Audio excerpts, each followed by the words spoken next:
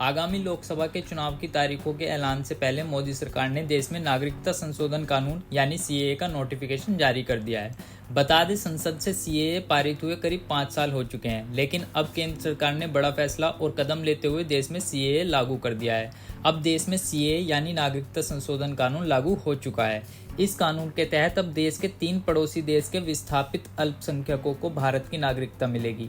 हालांकि भारत की नागरिकता के लिए उन्हें भारत सरकार द्वारा तैयार ऑनलाइन पोर्टल में आवेदन करने होंगे। बात करते हैं कि किन 3 मुस्लिम देशों के नागरिकों को मिलेगी भारत की नागरिकता। नागरिकता संशोधन कानून को पीएम मोदी की अगुवाई वाली केंद्र सरकार ने साल 2019 में संशोधन किया था।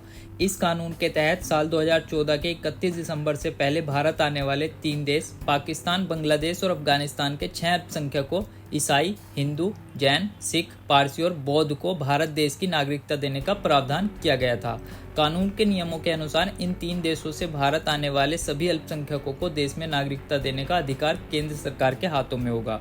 अब बात करते हैं कि क्या है सीएए।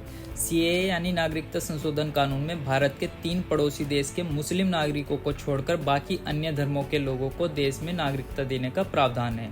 इस कानून को लेकर केंद्र सरकार ने एक वेब पोर्टल तैयार किया है, जिसमें तीनों देश के अल्पसंख्यकों को आवेदन करना होगा।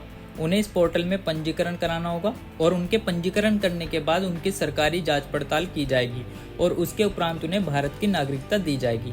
इसके साथ ही इन तीनों मुस्लिम देश बांग्लादेश, पाकिस्तान और अफगानिस्तान से आए विस्थापित अल्पसंख्यकों को कोई भी दस्तावेज देने की आवश्यकता नहीं होगी। आइए आपको बताते हैं कि भारत के किन 9 राज्यों में दी जा रही है नागरिकता। नागरिकता अधिनियम 1955 के अंतर्गत बांग्लादेश, पाकिस्तान और अफगानिस्तान से आने वाले सिख, जैन, पारसी, हिंदू, ईसाई और बौद्ध धर्म के लोगों को पिछले 2 साल में देश के 9 राज्यों में 30 से अधिक जिला के मजिस्ट्रेट और गृह सचिवों को भारतीय नागरिकता देने की शक्ति दी गई है।